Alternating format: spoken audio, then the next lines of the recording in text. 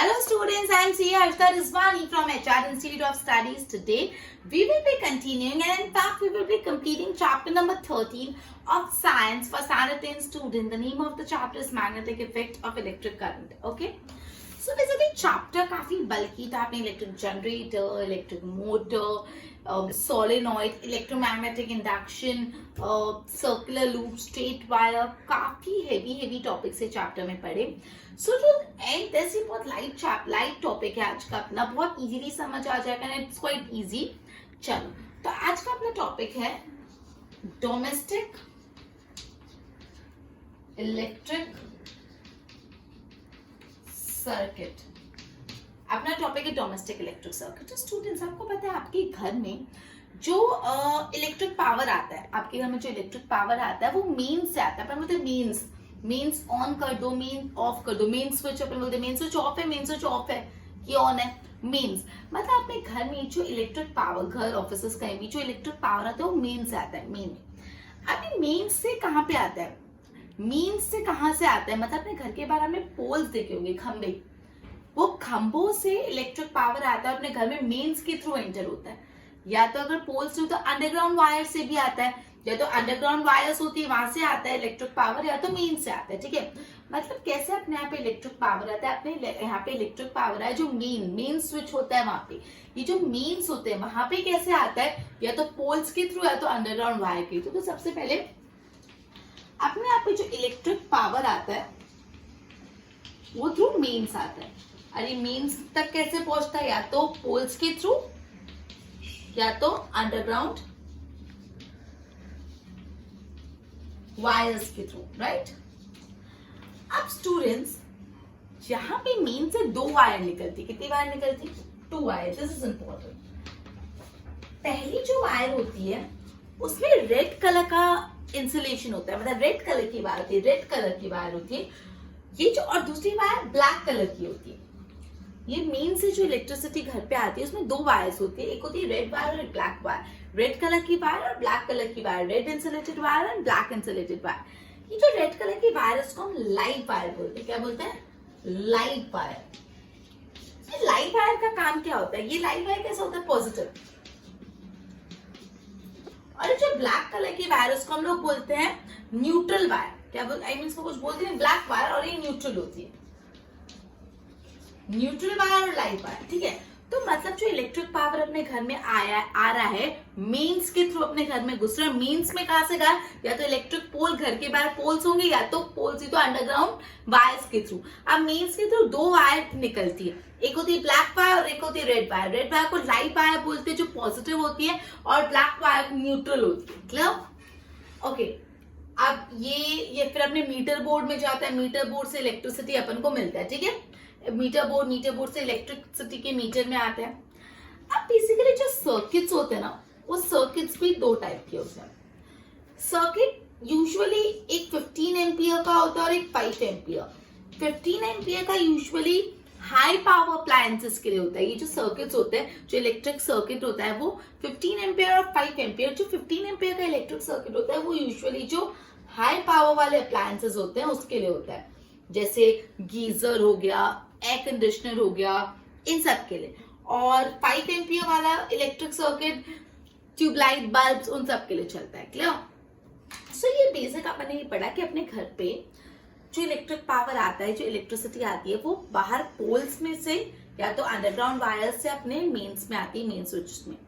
वहां पे basically 2 type की वायर होती है, एक होती है रेड वायर और एक ब्लैक वायर. रेड वायर को हम लाइट वायर बोलते हैं और ब्लैक वायर को हम लोग न्यूट्रल वायर बोलते हैं. और ये याद रखना, ये दोनों वायर का जो पोटेंशियल डिफरेंस होता है, ये दोनों वायर का जो पोटेंशियल डिफरेंस होता है वो होता है 220 वोल्ट का. ये दोनों वायर का जो पोटेंशियल डिफरेंस होता है वो होता है 220 वोल्ट का. Clear, okay. उसके बाद हमने ये पढ़ा कि जो सर्किट्स होते हैं, मतलब देखो अब ये मेन से 2 वायर निकल के इलेक्ट्रिक मीटर बोर्ड में जाती है, मीटर बोर्ड से इलेक्ट्रिसिटी बोर्ड में जाती है. क्लियर. और 2 टाइप के सर्किट प्रोड्यूस होते हैं, इलेक्ट्रिक सर्किट 2 टाइप के, 5 एम्पियर और 15 एम्पियर. 15 एम्पियर वाले यूजुअली वैसे अप्लायंसेस के लिए यूज होते हैं जहाँ पे बहुत हाई पावर चाहिए होती है, जैसे गीजर, एयर कंडीशनर. और 5 एम्पियर वाला सर्किट यूज होता है जहाँ पे लो पावर चाहिए होती है, जैसे बल्ब, ट्यूबलाइट, फैंस. क्लियर. अब हम नेक्स्ट कंसेप्ट जो बहुत इंपॉर्टेंट कंसेप्ट पढ़ने वाले हैं वो है अर्थ वायर का कंसेप्ट। आपने अर्थिंग कराई हुई है, अर्थिंग वर्ड बहुत सुना होगा। जब भी कोई न्यू घर बनता है उसमें कोई वायरिंग होती है तो बोलते हैं अर्थिंग कराई हुई है कि नहीं। अर्थिंग या अर्थ वायर का कंसेप्ट क्या होता है, बहुत प्रैक्टिकल कंसेप्ट है समझना। अर्थ वायर, सबसे पहले अर्थ वायर का कलर क्या होता है। अर्थ वायर ग्रीन कलर की होती है स्टूडेंट्स। अर्थ वायर कौन से कलर की होती है, ग्रीन कलर की होती है। ये जो अर्थ वायर ना बेसिकली अपने घर के बाजू में अर्थ के नीचे एक मेटल की प्लेट से अटैच होती है। अर्थिंग कराना किसको बोलते हैं, मतलब आपके घर के बाजू में जो ग्राउंड है उसमें डीप डाउन एक मेटल प्लेट से वायर कनेक्ट करते हैं, उसको बोलते हैं अर्थिंग करना। वापस स्टूडेंट, अर्थिंग करना है अर्थ वायर किसको बोलते हैं। अर्थ वायर ग्रीन कलर की होती है और ये अर्थ वायर आपके घर से कनेक्टेड होती है आपके घर के बाजू में अर्थ के ग्राउंड के अंदर एक मेटल प्लेट से। तो अर्थ वायर बेसिकली किससे कनेक्ट होती है, एक मेटल प्लेट से। और ये मेटल प्लेट कहाँ होती है, deep in the earth near the house. घर के नजदीक अर्थ के अंदर एक मेटल प्लेट होती है जिससे अर्थ वायर कनेक्ट होती है, ग्रीन कलर की वायर। ठीक है, ये अर्थिंग का जो कंसेप्ट एक सेफ्टी मेजर है बेसिकली।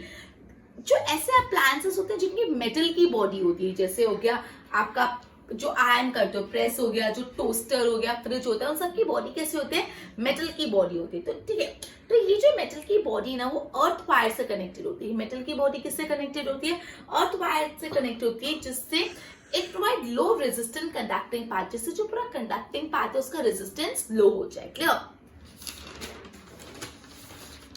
मतलब अगर पूरे के पूरे करंट में कहीं लीकेज भी, leakage of current in the metallic body of appliances, ये जो मेटल बॉडी वाले अप्लायंसेस होते हैं जैसे आयरन हो गया, टोस्टर हो गया, उसमें अगर इलेक्ट्रिक करंट का लीकेज भी हो रहा है सो वो डायरेक्ट पोटेंशियल अर्थ पे पास करता है और जो यूजर होता है उसको शॉक नहीं लगता। अर्थ वायर का कंसेप्ट इसलिए जो मेटल बॉडी वाले अप्लायंसेस होते हैं उसमें अगर कभी करंट का लीकेज आ जाए तो जो यूजर उसको यूज कर रहा है उसको इलेक्ट्रिक शॉक नहीं लगे। स्टूडेंट्स अंडरस्टैंडिंग बहुत इंपॉर्टेंट है अर्थ वायर का कंसेप्ट। अर्थ वायर सबसे पहले ग्रीन कलर की होती है। जब भी कोई आप अपना घर में बनाओगे, जब पूरी इलेक्ट्रिसिटी का काम होता है तो अर्थिंग बहुत इंपॉर्टेंट होती है। अर्थिंग क्यों करी जाती है, क्या होता है, ये जो अर्थ वायर होती है ना बेसिकली ग्राउंड के नीचे कोई मेटल की प्लेट से कनेक्टेड होती है। अब यूजुअली जो मेटल के अप्लायंसेस हम यूज करते हैं, आयरन, टोस्टर, फ्रिज, ये मेटल के अप्लायंसेस में अगर कभी सर्किट, कभी करंट का ओवरफ्लो हो गया या कभी करंट का लीकेज हो गया तो अगर अर्थिंग नहीं की होगी तो जो यूजर उसको बहुत डेंजर शॉर्ट सर्किट लग सकता है। क्लियर, और अर्थिंग की होगी तो ये जो पूरा का पूरा लीकेज है वो कौन हैंडल कर लेगा, डायरेक्ट नीचे जो अर्थ के नीचे मेटल प्लेट है उस पर चले जाएगा, तो यूजर इससे सेफ हो जाता है। तो ये पूरा था अर्थ वायर का कंसेप्ट। क्लियर, काफी इजी था, I am not writing it down, आप अपने वर्ड्स में इसको रूट आउट कर लेना। ये बहुत इंपॉर्टेंट आंसर भी, बहुत हाई चांसेस है पूछने के अर्थ वायर के रिलेटेड क्वेश्चन। क्लियर, नेक्स्ट जो अपन पढ़ने वाले कंसेप्ट है वो है इलेक्ट्रिक फ्यूज। फ्यूज क्या होता है, fuse prevent damage to appliances of appliances and circuit due to overloading. कभी कभी क्या होता है, ओवरलोड हो जाता है, ओवरलोड के कारण वो अप्लायंस, जिस अप्लायंस पे ओवरलोड हो रहा है पूरा डैमेज हो जाता है। सवाल ये आता है कि ओवरलोडिंग कब होता है, तो जब लाइव वायर और न्यूट्रल वायर, लाइव वायर कौन सी वायर होती है, रेड कलर वाली वायर, और न्यूट्रल वायर ब्लैक कलर वाली वायर, ये दोनों अलग अलग होती है, लेकिन जब एक दूसरे से मिल जाती है तब हो जाता है ओवरलोडिंग। और कब कैसे मिलती है, जब आपको पता है जो इंसुलेशन होता है, जो ऊपर कवर होता है कोटिंग, जब दोनों का कोटिंग निकल जाता है तो वो एक दूसरे से मिल जाती है। तो बेसिकली इलेक्ट्रिक फ्यूज क्या करता है, इलेक्ट्रिक फ्यूज कभी ओवरलोडिंग के कारण जो अप्लायंसेस या सर्किट में डैमेज हो रहा है उसको रोकता है। ओवरलोडिंग कब होता है, यूजुअली जब लाइव वायर और न्यूट्रल वायर एक दूसरे से कनेक्ट हो जाती है तब, और ये कब कनेक्ट होती है, जब उन लोग की कोटिंग निकल जाती है। क्लियर, ओवरलोडिंग से सर्किट में जो करंट है ना बहुत ज्यादा बढ़ जाता है, मतलब पूरे के पूरे सर्किट में करंट, जो पूरा इलेक्ट्रिक सर्किट होता है उसमें करंट का फ्लो बहुत ज्यादा बढ़ जाता है। इतने करंट के फ्लो से पूरा शॉर्ट सर्किट हो जाता है।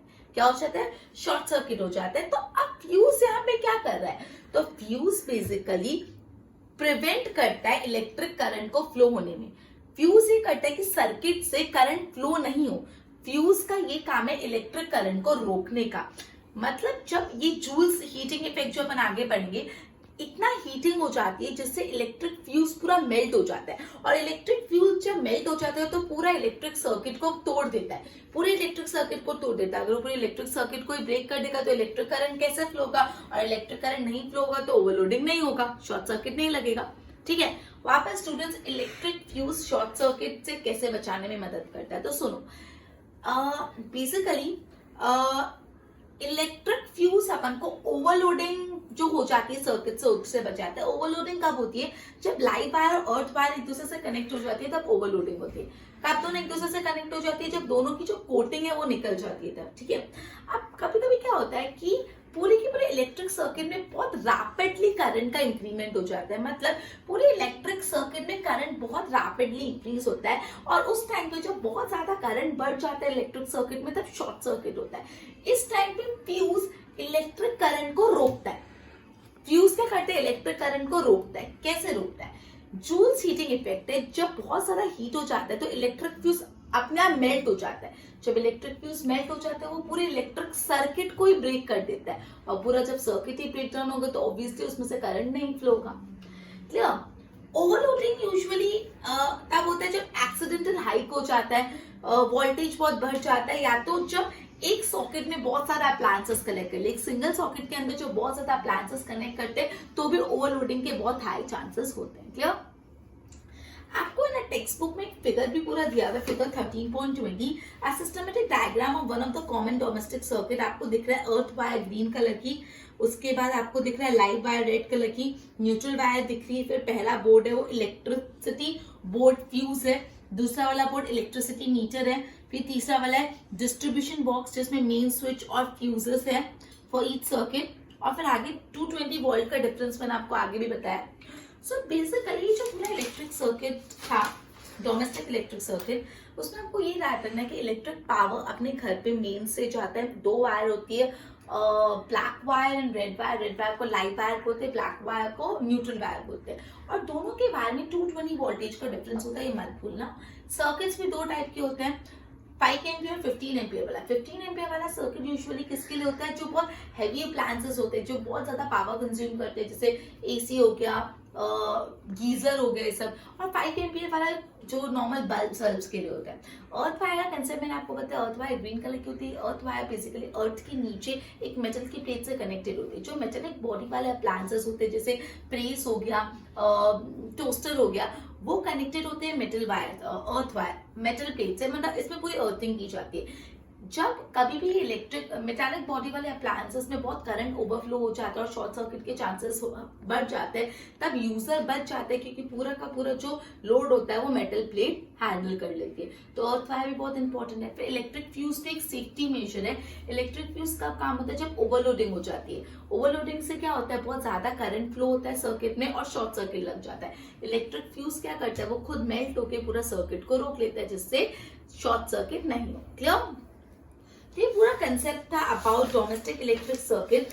With this we will be completing our lecture, and also students अपना 13 चैप्टर फाइनली पूरा कंप्लीट हो गया। काफी बड़ा चैप्टर था, काफी इंपॉर्टेंट पॉइंट्स थे। चैप्टर को लाइटली मत लेना है, चैप्टर बहुत इंपॉर्टेंट है। नेक्स्ट सेशन में अपन नेक्स्ट चैप्टर को पिकअप करेंगे। चल देन गुड बाय।